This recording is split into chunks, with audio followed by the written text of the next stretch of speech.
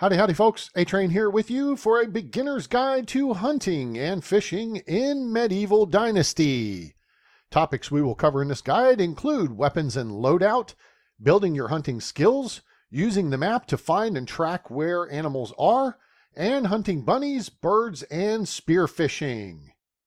Let's start with your weapons and loadout and how you set up Racimir, or his heirs, down the road. You should know how to craft things like a stone knife, stone axe, and wooden spears. Those are your three basic weapons in the game, and you need those on your person at all times until you upgrade to better weapons. I typically put my axe in the hotkey 1. If I have a bow, hotkey 2, spears in 3. You'll see a fishing spear in 4. You may also see spears in 6 in this video. And always keep a knife in slot 8 so you can skin an animal and get full credit for the kill. Moving on to building your hunting skills. As I mentioned, you want to make sure you skin every animal you kill so you get full credit towards your hunting experience. Putting points into hunting knowledge will allow you to get extra credit for each kill. You'll see a description of the various skills at the bottom. I also recommend putting points into tracker as soon as possible because it will allow you to see animals in the dark and identify their threat level. And at the right, you'll see how many points you have towards your next goal.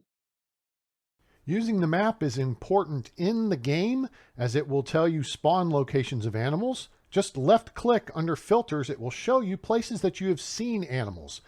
This is indicated with a message in the upper left corner of the screen where you will see discovered animal spot and then the type of animal you have seen. And these will show up as little white icons identified in the legend on the right on your map. The area I just identified is what I call Wolf Ridge between Gustovia and Hornica, and that's a critical place to be aware of when you make that journey. When you kill the animals in a spawn, they will be grayed out, as you see here with these two I'm indicating. Grayed out are dead, but will respawn at the beginning of next season. White ones are still alive, which means there's at least one more in that spawn area, but there could be more than one. This is especially important for animals like wolves, who are aggressive and numerous. Now let's look at hunting rabbits with a wooden spear. The key aspect to this is your elevation relative to the target. Here you will see me aim over the top of the bunny and the spear drops in on it. If you are even with your target or slightly below it, you will need to aim above it because the spear will drop over the distance, and that way it will better ensure a hit. Here we're aiming at a rabbit, but it starts to move. But his buddy Fred is coming down the slope. We are going to lead him by aiming in front, drop the spear in, and Fred's dead.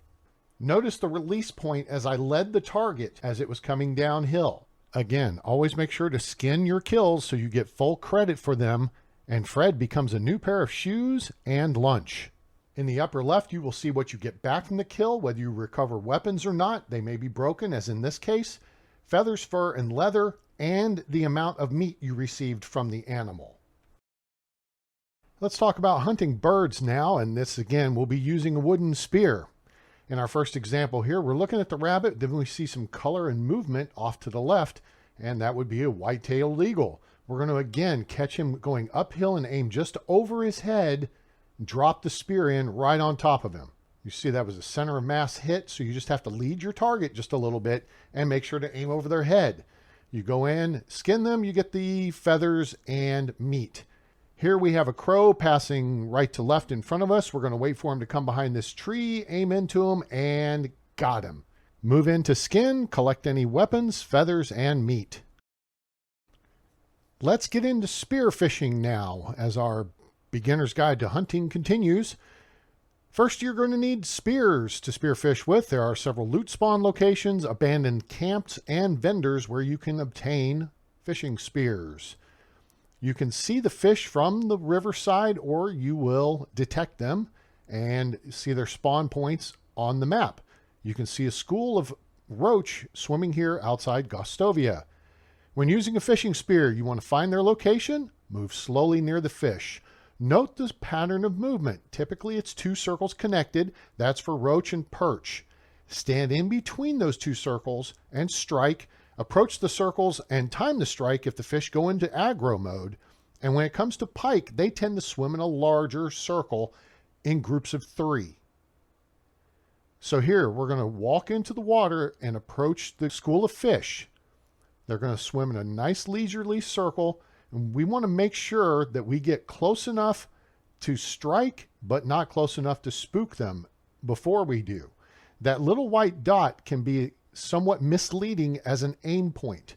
You'll see this after you practice a few times. We're going to look at that white dot and go to strike, and whoops, they're just out of reach. In relation to the 2 circles, we're kind of standing in between, and now we've walked up to one of them where the fish are swimming around. You'll see after I make a strike, the school will dart back down that line and start swimming into another circle area. And then we just have to be patient and work the process. See, they're in aggro mode now. There's one swimming at high speed around the outside. We can time a strike. We're a little far out at the moment. We're going to give this a shot, though, as they come around this time. And I missed. Now several of them are aggroed. Now they're in a big circle. Now they're going to tighten up. And now we can get them this time. And that's how you do it. It's about timing. They went to behind me to the other circle. Well, that makes it kind of easy. You just turn around 180 degrees and get them. Now they've gone back to the initial circle. The one swimming around the outside. It's all about timing, in your face. And this one's the last one left. He's going in a straight line, and now he's dinner. Let's go after some pike. This is going to be by the central island in the middle of the map. We're going to walk out into the water, use the control key to go underwater, and you can look around. It does not affect your stamina, though I feel like that's something that should be changed. We don't see any fish. We know there's a spawn point out here, so we're going to walk a little further out into the water, look around on the surface for ripples. I don't see at the moment. We're going to walk a little bit further, and then we're going to duck underwater. We can take a drink. We're actually getting clean while we do this. As we look around, there they are, school of 3.